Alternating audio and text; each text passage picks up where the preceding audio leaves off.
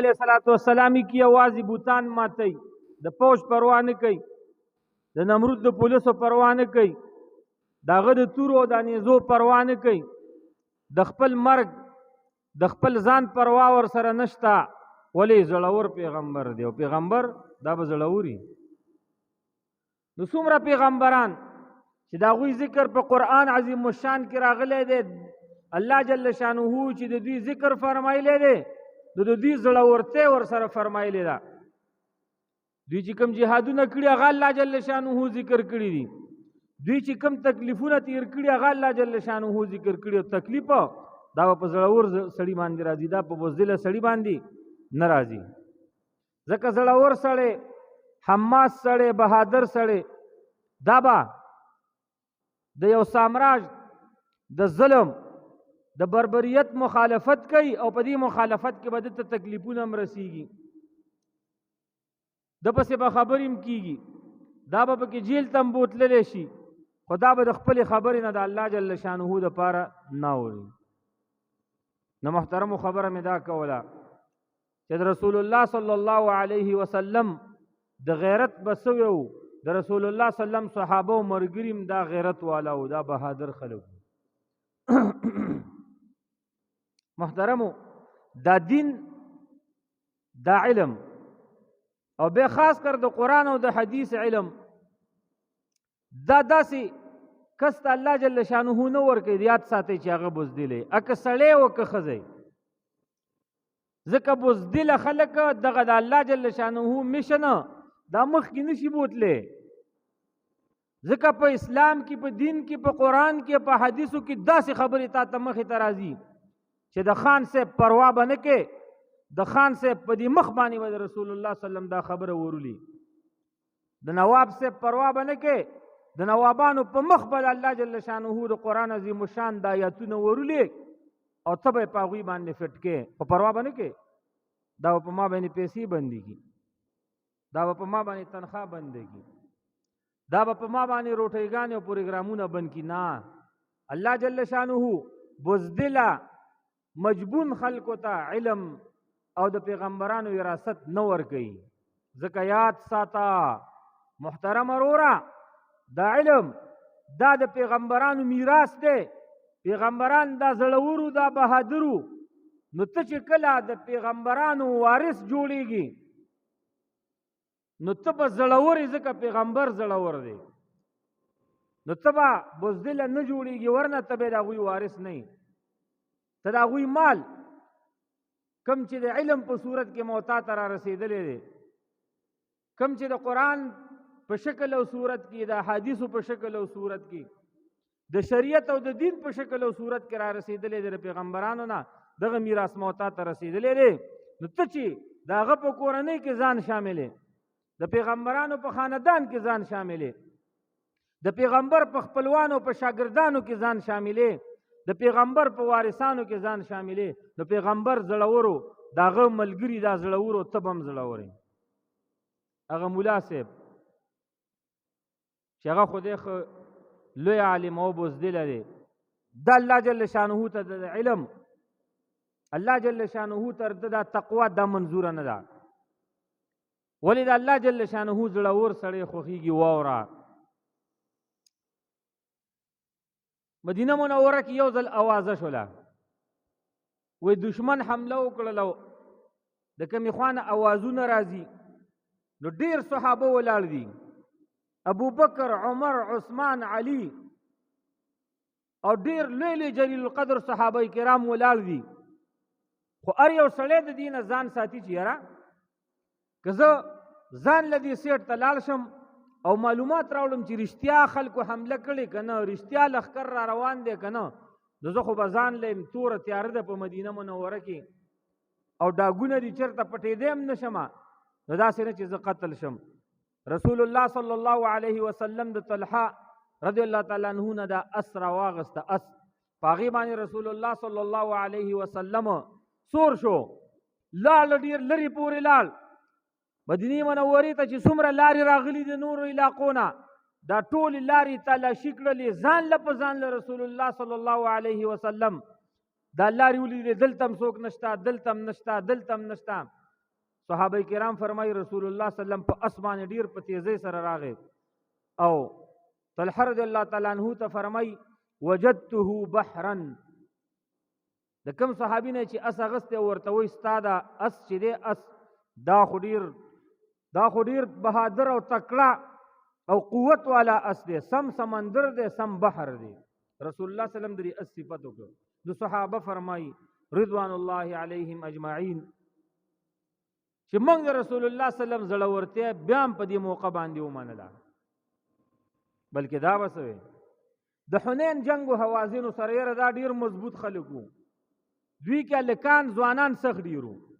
او به عام ځوانان خو نو دوی به چې په تورو باندې جنگ کاو په عربو کې یوې قبیلې د دوی مقابله نشو کولی دوی کې غله ډاکوان د بدمعشان سخت ډیرو د رسول الله صلی الله علیه وسلم د فتحي د مکی مکرمی د فتح نه وروسته دغه جنگ د حنین په وادي کې چې دی دا د حوازن او دغه قبیلو سره وکړه دوه قبیلې وي نو محترمو کله چې رسول الله صلی الله علیه وسلم سره انتهایی ډیر لښکر صحابه کرام رضی الله عنهم اجمعین تقریبا چې 12000 تعداد باندې ورسره خو بهرحال کله چې د وادي ته د جنگ علاقې ته نږدې شو نو هغوی سم تیاری کړی حوازن والو ناڅاپي د یو ناونه او د یو غر د منځ نه په مسلمانانو باندې حمله وکړله او مسلمانان په ځان پویم نشو ډیر مسلمانان شهیدان شو څوک زخمین شو دغه شو باران جوړ ک د تورو د نيزو باران جوړ شو د تیګو باران جوړ شو صحابه کرام هغوی لږ رستو لاړل د څه حکمت د وجې نه چې ټول په یو ځای شهیدان نشو رستو لاړل رسول الله صلی الله علیه وسلم ځان له پاتې شو یو څو صحابه ورسره دي عباس رضی الله تعالی عنہ دی ابو سفیان ابن الحارث رضی الله تعالی عنہ د رسول الله صلی الله علیه وسلم د تر بچی دی دوی د رسول الله صلی الله علیه وسلم دا غوخي د قچری دا واګی نیولې دا صحابه کرام په دې کې څه فرمایي د استاد رسول الله د پیغمبر صلی الله علیه وسلم زړورتیا واوره یروي کله چې حمله وشول او صحابه کرام منتشر شو او یو ځل باندې په زورګونو شل زره کسانو غوی حمله وکړله نو اوس دا غشي چې را روان دي د باران د څاڅکو په شان څوک پکې ځان نشي بچ کولی رسول الله صلی الله علیه وسلم صحابو ته आवाज کوي ما طرف ته راشئ مزئ کم خوازئ نو رسول الله صلی الله علیه وسلم خپله توره راواغستله د تیکې نه یې بهر کړله او رسول الله صلی الله علیه وسلم په دې غر باندې ورخیږي او ځان سره اشعار وایي انا نبی السیف زه د تورې والا نبیم انا نبی الملاحم زه خو د جنگونو والا نبیم زه مجاهد نبیم انا النبی لا کذب زه داسې پیغمبر یم چې ما د دروغو دعوه د پیغمبرۍ د نبوت نه ده کړې انا ابن عبد المطلب زه خو د عبد المطلب بچ یم ولې زما پلار او نیکه تاسو نه پیژنئ ای د حوازن کافرانو زه د تورې والا نبی مسبم کار وکړم زه د جنگونو والا نبی مسبم کار وکړم زه دروغجن نبی نه یم رښتیا نبی یم او زه د عبد المطلب بچی مسمم پته ولګي والله دغه جنگ رسول الله صلی الله علیه وسلم ځان له په ځان له باندې وګاټه دغه جنگ دا ځان له په ځان له رسول الله صلی الله علیه وسلم وګاټه صحابه کرام زړور شو ورتاو شو حمله وکړله او کافرانی 15-10 کیلومتره په شا باندې وتمبول چې مسلمانانو ته څومره غنیمت په جنگونو کې ملاو شوی څومره غنیمت په دې جنگ کې دا ټولو جنگونو نه ډیر غنیمت او اسباب الله جل شانه مسلمانانو ته ورکړو او دا خو لا پرېدا په نورو جنگونو کې به مسلمانانو ته توري وسله دغه غلی کجوري سره سپین دا ملاوېدل او په دې جنگ کې الله پاک مسلمانانو ته د کافرانو بچي او ښځې په لاس باندې وروستل د کافرانو بچي د کافرانو لونه د کافرانو بیبیانې ښځې دام الله جل شانه مسلمانانو ته په لاس کې ورکړل د مسلمانانو وینځې شولې دا د رسول الله صلی الله علیه وسلم دا زړورتیا ده نو زمونږ او ستاسو پیغمبر انتهایی زړور دی. ځکه الله جل شانه فرمایي والذین معه اشداء علی الکفار. دا ګوره داسې پیغمبر دی چې سره کوم ملګري دي کافرانو سره ډیره سخته مقابله کوي، د کافرانو په مقابله کې ډیر سخت دي او خپل منځ کې مینه کوي. نو اوس راځه، اوس موته د پیغمبر امتین واوره، که ښځه ده او که سړی دی، دا دې په دې خبره باندې ځان پوه کړي چې د اسلام دپاره د رسول الله صلی الله علیه وسلم په کومه امتی کې او یا کوم امتی کې بزدلی وه، دا د رسول الله صلی الله علیه وسلم امتی نه دی، دا د رسول الله صلی الله علیه وسلم امتی نه ده. دغه صفت، دا د بزدلی صفت، دا د یری صفت او دا د بغیرتوب صفت، دا د منافقانو دی. او الله جل شانه بار بار قرآن عظیم الشان کې چې د منافقانو ذکر فرمایي، وایي دوی د مرګ نه یریږي، دوی په کورونو کې دوی دپاره پاتې کېږي د جهاد نه، دوی وایي چې موږ مړه نه شو. او الله جل شانه فرمایي تاسو ته به دا مرګ راځي ولو کنتم فی بروج مشیدا، که تاسو په غټو مضبوطو ماڼیو کې پټ شئ، دا مرګ دا به تاسو ته منافقانو ای کافرانو را رسیږي. نو یره صفت د مسلمان نه دی، یره صفت د چا دی؟ دا د منافق دی، دا د بیکار خلکو دی. کله به چې د رسول الله صلی الله علیه وسلم او صحابه کرام جهاد ته لاړل، نو منافقان دوی به پټ پټ کېدل چې جهاد ته به ووتل، بیا به دلته لاپې کولې. وایي دوی خو لاړل، خو د پلانکي قبیلې قوت دوی ته نه دی معلوم، مسلمانانو ته صحابو ته نعوذ بالله من ذلک، وایي هغوی به د دوی کار وکړي. کله به چې مسلمانان فاتحین رالل، کافران به وزغلول، غنیمتونه به یې راوړل، دوی به عذرونه پیش کول، دوی به قسمونه کول، دوی به طلاقونه کول. د الله رسوله زه خو د دې وجې نه پات یم او زما خو تا سره ډېره مینه ده او دا الله رسوله ته خو ما پیژنې. نو دا بزدلي دا د منافق صفت دی. الله دې موږ تاسو نه وباسي. ما درته ویلي رسول الله صلی الله علیه وسلم د 5 وخته مون نه وروستو کومه دعا کوله؟ اللهم انی اعوذ بک من الجبن والبخل. یا الله د بخیلتوب، د سپیرتوب او د بزدلۍ نه معافي غواړم. رسول الله صلی الله علیه وسلم فرمایي الاولاد انما الاولاد، بشکه دا خزه دا بچی چې دي، خزه چې دا لونه چې دي، دا مبخله مجبنه، دا چې دی د بخل ځای دی، د جبن ځای دی. څه مطلب؟ یعنی دا بچی چې دي، دا رسول الله صلی الله علیه وسلم دا هغه وخت کې وفرمایل چې کله حسن او حسین رضی الله تعالی عنهما رسول الله صلی الله علیه وسلم ته رامنډه کړله، رسول الله صلی الله علیه وسلم لګیا دی، بیان فرمایي، وعظ فرمایي صحابو ته، په منبر باندې تشریف فرما دی، دې دواړو رامنډې کړلې. نو رسول الله صلی الله علیه وسلم ورته د منبر نه ورکوز شو او دواړه راواغستل، یو په یو پتون مبارک باندې کېنه او بل په بل پتون باندې. او رسول الله صلی الله علیه وسلم فرمایي دا اولاد نه دی، دا وایي سړي کې بزدلي راولي، بخل پکې راولي. دا ولې؟ دا وجه دا ده که ته وایې زه که چېرته جهاد ته لاړم او زه مړ شم، شهید شم، نو زما دا بچي دا واړه واړه دا بچا ته پاتې کېږي، بزدلي در کې راوستله. که ته وایې ډېره که زه الله جل شانه په لاره کې جهاد ته ووتم، تبلیغ ته ووتم، مدرسې ته لاړم، مدرسه مې آباده کړه، جومات مې آباد کړ، زما په مال کې به دومره پیسې کمې شي، دا زما بچي به بیا څه کوي؟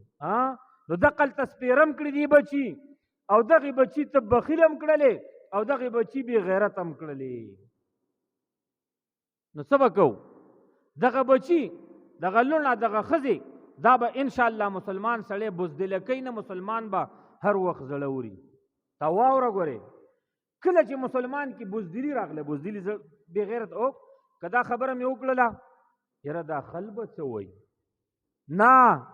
بې غیرته مسلمان مه جوړېږه. خبرې ته وګوره، که د قرآن سره برابره وه، د حدیث سره برابره وه، خبره کوه، مخکې بوځه، زړوره یې کوه، په چوکونو کې کوه، په بنګلو کې کوه، په بازارونو کې کوه. خبره به د الله او د رسول خبرې برابره به وي. دا به په چوکونو کې کې، دا به په بلډینګونو کې کې، دا به په بازارونو کې کې، دا به په مارکیټونو کې کې، دا به په دشتو بیابانونو کې کې. خو چې خبره د قرآن او د حدیث د الله د کلمت د الله د کلمې د لوړوالي دپاره ور چا پروا به هم نه ساتي، نو بزدلي کم وخت کې راشي. یاره که دا خبره مې وکړه مړه ما به څوک جیل ته بوځي، یاره مړه څوک مې مړ نه کي، هر ځای کې خلک ویشتلی کېږي او مړه کېږي. لکه قسم په الله چې کم مردکې، کارتوس، غشې، چاړه، چاکو، کومه تیږه کم اکسیډنټ د ستا دپاره مقدري تقدیر خو به منو که نه موږ چې کله څوک چې مسلمانېږي او موږ ایمان تازه کوو څه آمنت بالله وملائکته وکتبه ورسله وکشه والیوم الاخر والقدر او ایمان لرم یا الله جل شانه الله سره موت تا دا وعده کړې ده که دغه مخکې وعدې دا ختم کړي دا ډیلیټ کړي دا لرې کړي نو موت تا مسلمانان نه پاتې کېږي یا الله نو څه والقدر یا الله ایمان لرم زه د زړه نه د دماغو نه په څه باندې په قدر باندې په تقدیر باندې یا الله دا تقدیر چې دی دا که ټیک دی زما دپاره او که زما دپاره په دې کې مصیبت او شر دی دا من الله تعالی یا الله دا ستا د خوا نه دي نو اوس په تقدیر باندې ایمان لري هلته یریږي چې پلان کې به مې مړ کي پلان کې به مې جیل کې واچوي څوک به را سره مړی ژوندی بند کي څوک به را باندې پیسې بندي کي څوک به را باندې تنخوا بند کي دې پروا به نه ساتې هر څه به الله جل شانه ته وسپاري ځکه وافوض امري الى الله ان الله بصير بالعباد پیغمبرانو به چې دعوت وکړه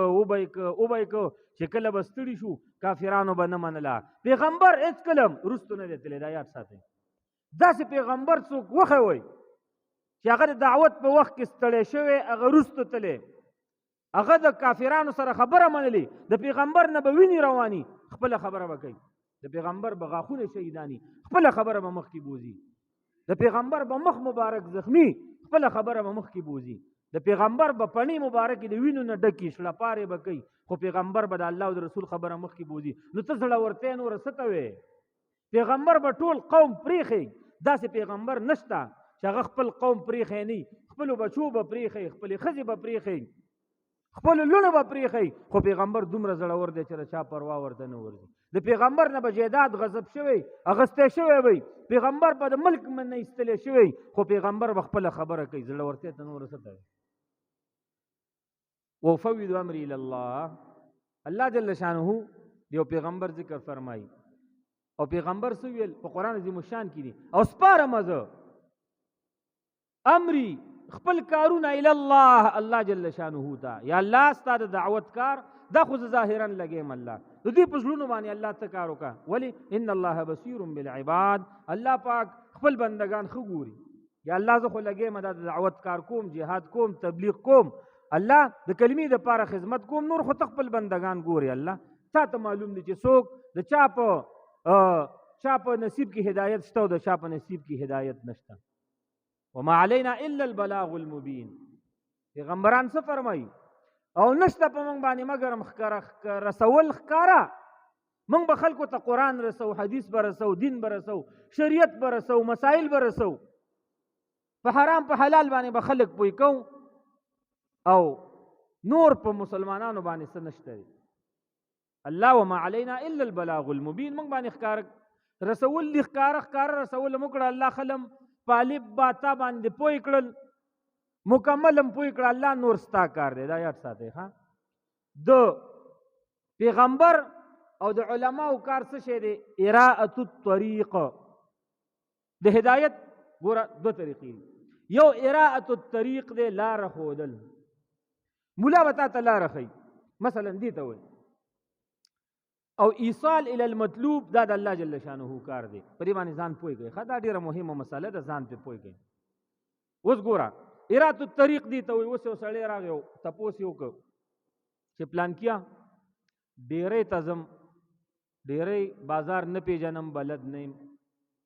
تا سره په دې کلي کې ولاړ دی په دې مټه کې در سره ولاړ دی نو دې ته اراءة الطریق ګوره وایي ښه ته به هغه ته ووایې چې داسې لاړ شه په دې لار باندې سیده ځه مخې ته به چوکونه راځي دې کې به تاویږي نه د تاڼې بازار ته به ځان رسې ټیک ده ګوره هلته ورسره ولاړې ښه ابه وایي ښه تاڼې بازار ته چې ورسېدي هلته به ګاډي ولاړي ته به د ډېرې تپوس وکړې په دې سړک باندې منیخ تا ډېرې ته وړي داسې به ځي ښي اړخ ته ته به ډېرې بازار ته رسېږي دغې ته ډېرې وایي دا اوس اراءة الطریق لار ښودل شو نو د پیغمبرانو کار څه شی دی لار ښودل قوم ته خپل امت ته لار ښودل او ایصال الی المطلوب دا نه د پیغمبر کار دی نه د علماو کار دی څنګه لکه ایصال الی المطلوب دی ته وایي چې اوس همدغه سړی دی استانې تپوس وکړي چې پلانکیا ډېرې مې نه دي لیدلي، ډېرې بازار نه پېژنم، کار مې دی راته وښایه. ته دا سړی د ګوتې نه ونیسي، د لاس نه کلک ونیسي چې ورته وایې خوځه مه، او روانې کې کریم دغه ورکوي د ډېرې په بازار کې کوز کې. دې ته ایصال رسول الی المطلوب، چې کوم ځای غواړي هغې ته رسول، دغې ته وایي. دغه د الله جل شانه کار دی. په علماو په پیغمبرانو باندې څه به رسول دي، لار ښودل دي، رهنمایي ده. هغوی به پیغمبران به تا ته د الله د خوا نه چې کوم مسج راغلی دا به درته اورئ، دا به درته رسوي. تا په پیغمبر پوه کوي، دا د پیغمبر فریضه ده، دا د پیغمبرانو کار دی. پیغمبران چې وفات شو دا کار به څوک کوي؟ دغه تبلیغ، دا جهاد، دا د دین کار دا به څوک کوي؟ دا فرشتې به راکوزېږي. د دې کار دپاره به زنانه راوځي،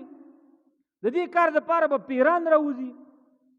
یا لکه کبان به د سمندرونو نه را بهر کېږي. څه چل به کېږي؟ کوم انقلاب به راځي چې کله پیغمبر وفات شي، لاړ شي، دا میشن د پیغمبر دا به څوک مخکې بوځي؟ د اسلام دا باغ چې کوم دی، که دې ته چېرته اوبه وانه چول شي دا خو وچېږي، دا خو منی که نه؟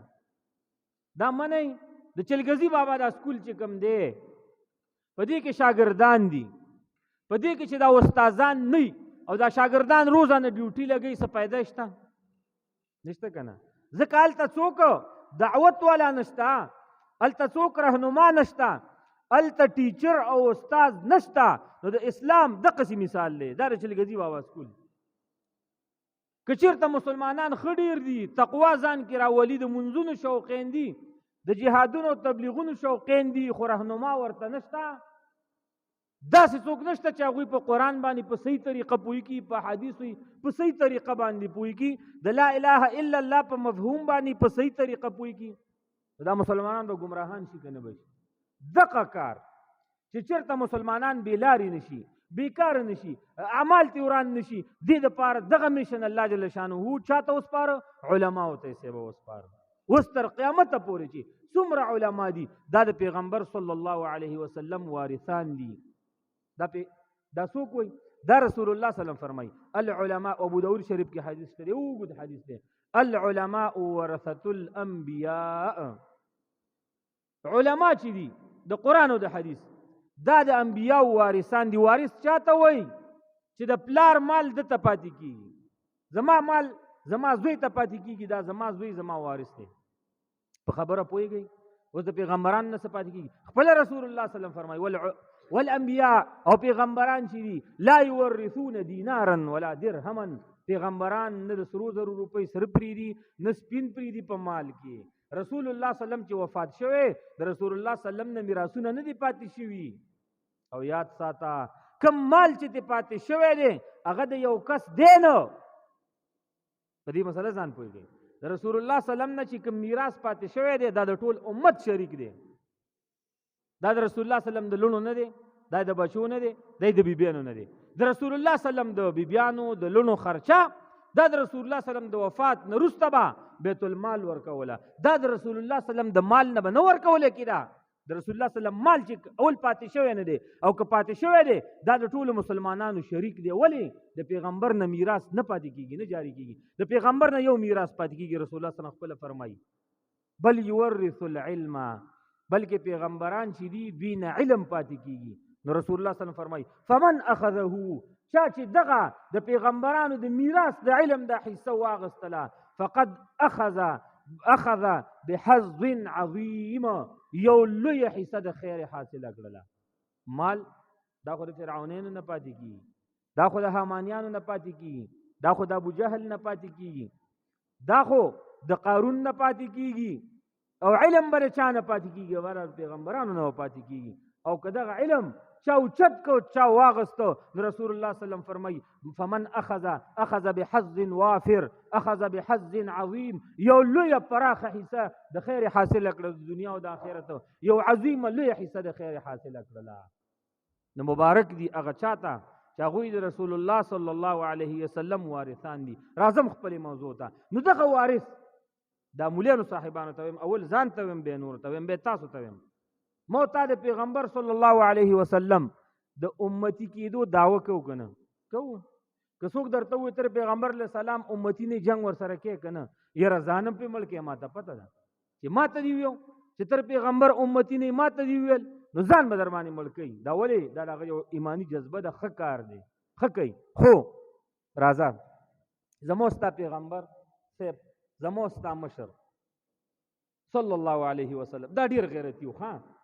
رسول الله صلی الله علیه وسلم انتهایی درجه ډیر غیرتی و. او بیا د رسول الله صلی الله علیه وسلم نه الله جل شانه ډیر غیرتی دی. ما درته مخکې ویلي قسم په الله چې دا څومره حکمونه په قرآن او په حدیثو کې راغلي د مسلمانانو لپاره دا ټول د غیرت تقاضا کوي. کله پې لږ سوچ وکړئ. تراشه د الله نه سوا د بل چا نه غوښتل لا اله الا الله. ګوره اول اسلام ته چې داخليږو لا اله الا الله قسم دې دا د زړورتیا کلمه ده. ته به وایې چې ملا صاحب دې کې زړورتیا د کوم ځای نه راغله؟ زه درته ثابتوم که نه لا اله الا الله نشته دی بل معبود، نشته دی بل عبادت والا، نشته دی بل د عاجزۍ مستحق چې د هغه دپاره عاجزي وکړی شي الا الله مګر هم الله دی. اوس سوچ کوه بت دې پرېښوده، فرعون دې پرېښوده، شداد دې پرېښوده، نمرود دې پرېښوده، خزانې دې پرېښودلې، سره سپین دې پرېښودل، حکومت دې پرېښوده، پټی دې پرېښود، تجارت کاروبار دکانداري دې پرېښوده که نه؟ په لا اله الا الله کې دا هر څه د منځه لاړل او یو الله دې انتخاب که لا اله.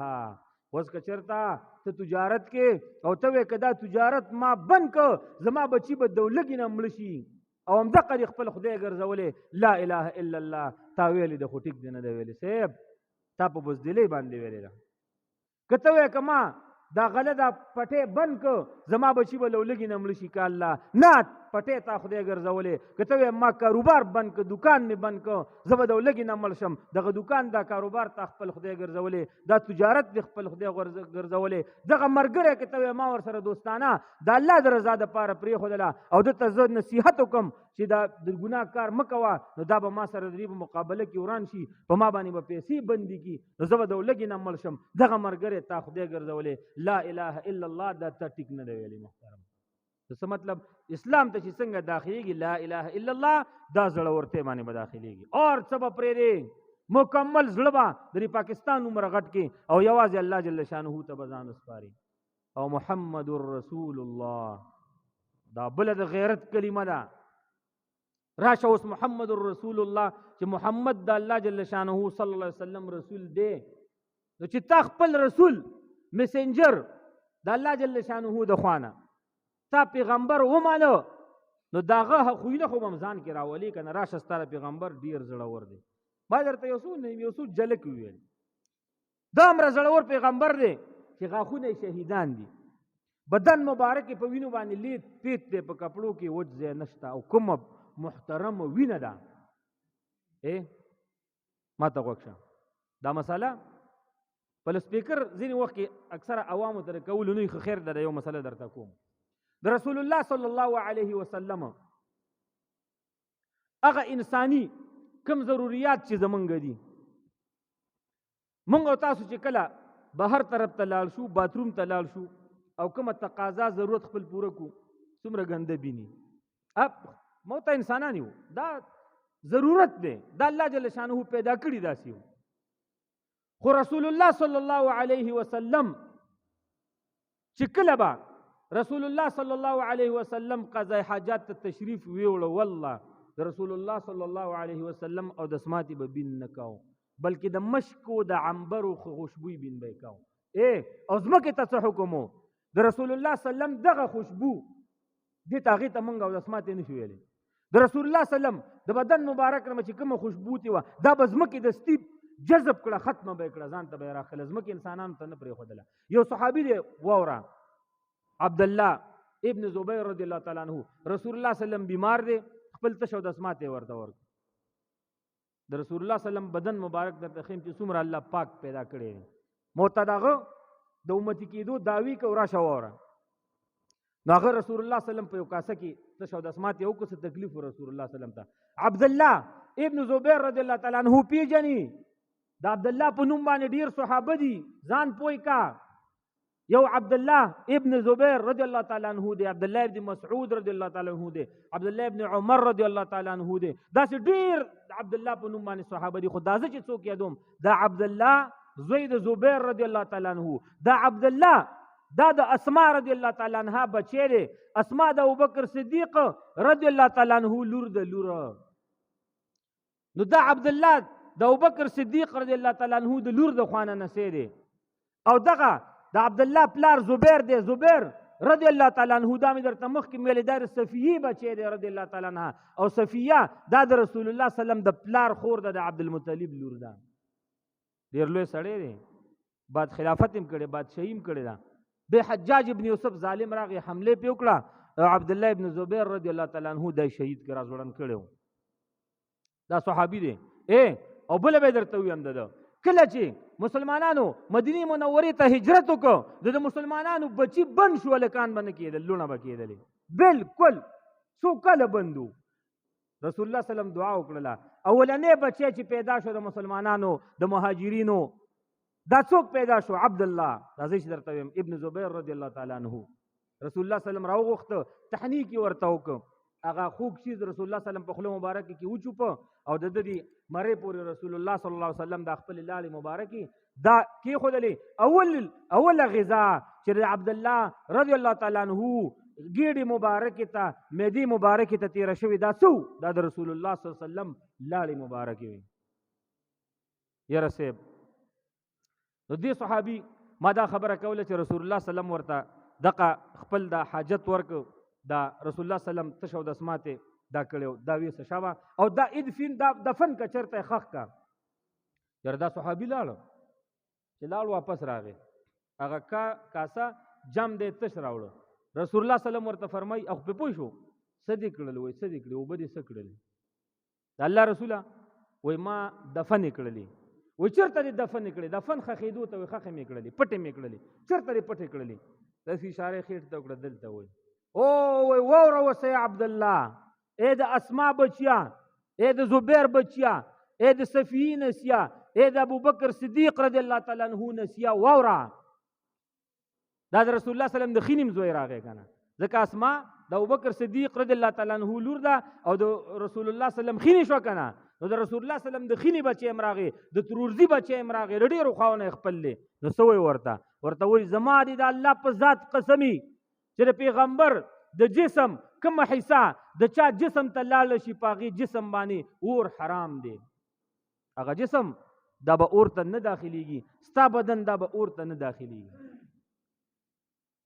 د محترمو خبر مې دا کوله موضوع رانه بل خوا ځي چې مسلمان دا به زړه اوري. بس که مسلمان کې بزدلي وه، بخل، بې غیرتوب پکې و، دغه مسلمان چې دغه اسلام د الله جل شانه ته منظور نه دی. دې نه مه وېرېږه. ها که مونځ کومه پلار به مې غوسه شي، که تبلیغ ته لاړم پلار به مې غوسه شي، که د کافرانو سره جهاد ته ځمه زما مور او پلار به رانه خفه شي، ښځه به رانه خفه شي، یاره که دا کار مې وکړو حکومت به رانه خفه شي. اور سړی به خپل کار کوي، خو چې د دین کار و د علماو نه به تپوس کې. داسې نه چې د ځان نه لګي ته وایي دا د دین کار دی، د دین کار دی او ته ګمراهۍ کې لګي. د علماو نه تپوس کوه، ځان پوه کوه چې د خیر کارو، د کلمې د ګټې کارو، د کلمې د سرلړۍ کارو، د اسلام او د قرآن او د حدیثو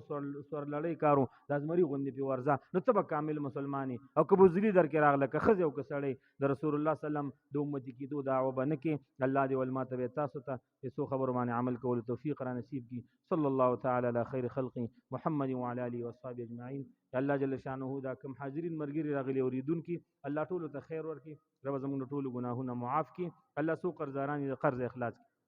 ځینې خلک وفات شوي ماته نمونه نه راځي. الله جل شانه د ټولو الله جل شانه د ټولو مسلمانانو څومره چې وفات شوي د قبرونه منور کړي. الله که څوک دې بخلي الله جل شانه د هغوی درجات بلند کړي. دې کلي کې دې محله کې ځینې بیماران دي، لابیب ماما دی، زاهد ماما دی، نور ډېر بیماران دي. الله جل شانه ټولو ته صحت کامله شافیه عاجله وافیه الله جل شانه دې نیک عمل دپاره نصیب کړي. نور بیماران دي ماته رنګونه هم کړي دي، دعاګانې رانه غوښتي دي. الله جل شانه څومره بیماران دي، زنانه دي که سړي دي، الله ټول ته صحت کامله عاجله نصیب کړي. صلی الله تعالی